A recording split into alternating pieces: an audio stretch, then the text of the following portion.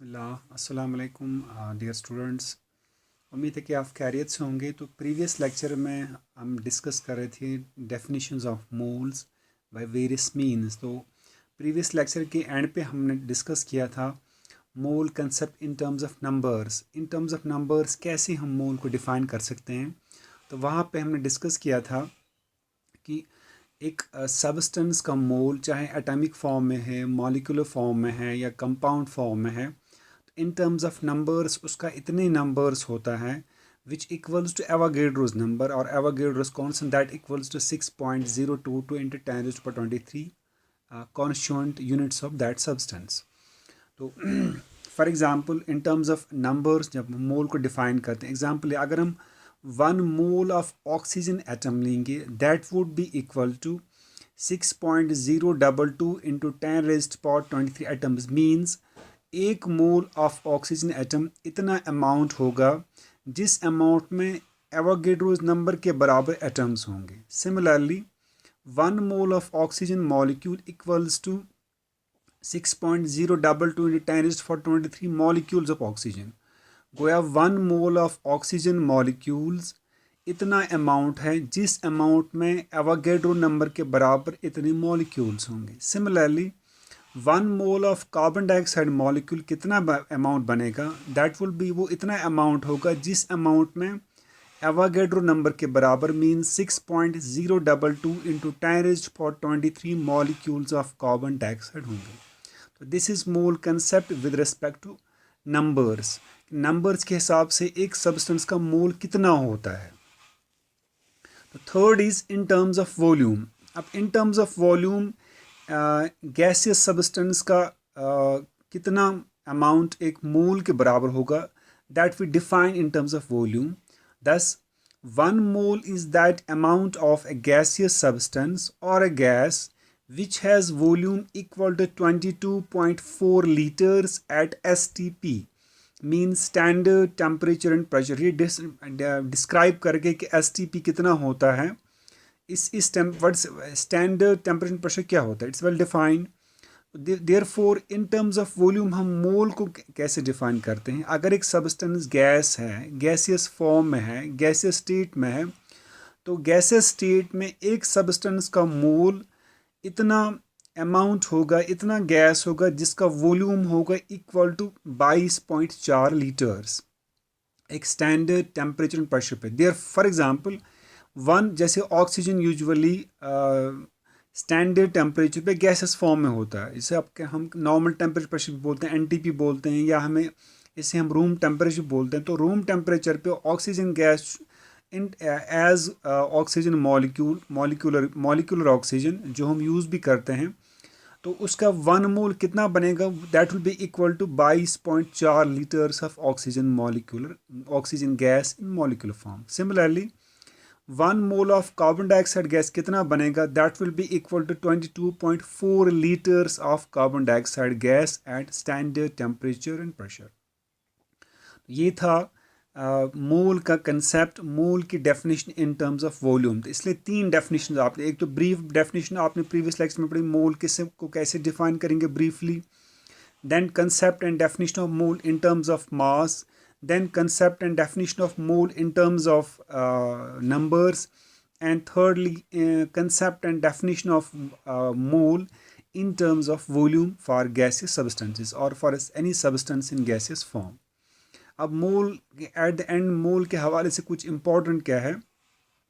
अगर आपके पास एक कोई सब्सटेंस एटॉमिक फॉर्म में है, मींस उसके बेसिक कॉन्स्टिट्यूएंट्स हैं, बेसिक पार्टिकल्स एटम्स हैं, तो वहाँ पे क्या होगा, 1 mole of that substance in atomic form means 1 mole of an atom कितना होता है, वो न्यूमेरिकली इक्वल होगा to gram atomic mass of that substance which will be equal to numerically Avogadro's number के बराबर, that 6.022 into 10^23 atoms of that substance. Similarly 1 mole of a molecule, अगर substance molecular form में है तो वहाँ पे क्या होगा, उसका 1 मोल बनेगा equal to its gram molecular mass which will be equal to 6.022 in 10^23 molecules of that substance in terms of numbers.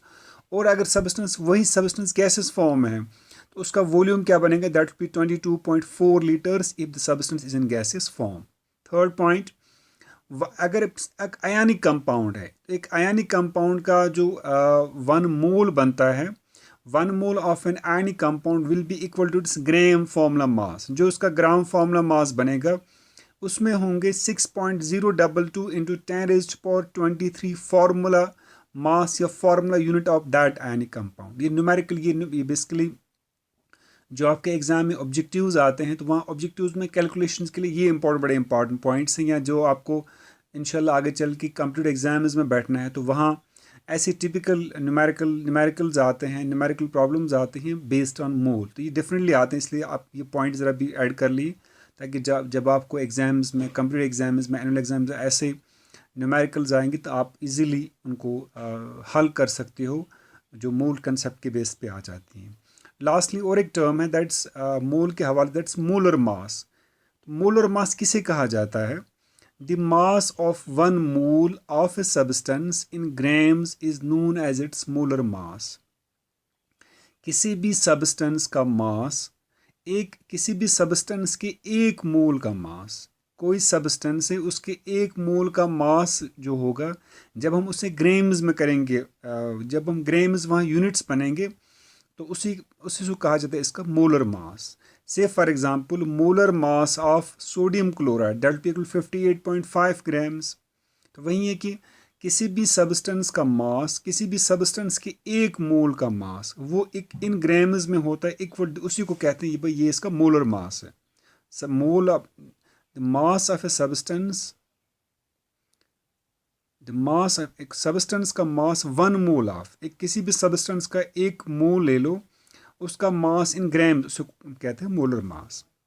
Similarly thus the molar mass in grams वो न्यूमेरिकली कितना होगा, किसी भी सब्सटेंस का molar mass in grams numerically equal to होता है atomic mass to its atomic mass to its formula mass to its molecular mass in जो units हैं, दैट्स कॉल्ड यूनिफाइड मास और एटॉमिक मास यूनिट्स।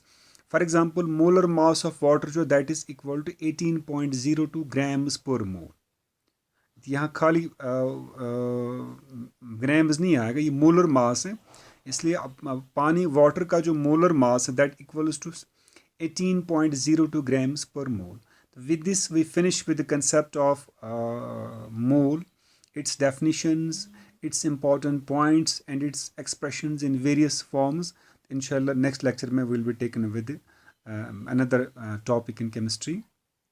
तो उसमें हमें वो बाकी टर्म्स हैं जहाँ पे हम सॉल्यूशंस एक्सप्रेस कर सकते हैं, concentration of a substance in solution form in other forms, वो इंशाल्लाह हम नेक्स्ट लेक्चर में डिस्कस करेंगे।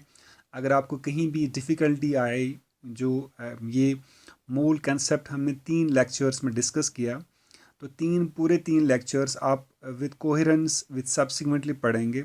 अगर इन 3 लेक्चर्स को समझने के बाद भी आपको कहीं पे कोई डिफ़िकल्टी फेस आती है मूल का कंसेप्ट समझने में या इसके न्यूमेरिकल पार्ट समझने में, तो आप मुझे, आपके पास सबके पास मेरा कॉन्टैक्ट नंबर है, आप व्हाट्सएप के ज़रिए, फ़ोन के ज़रिए भी कॉन्टैक्ट कर सकते हैं ताकि जिस स्टूडेंट को जहाँ भी कोई difficulty we can discuss that till the next lecture. अल्लाह हाफ़िज़।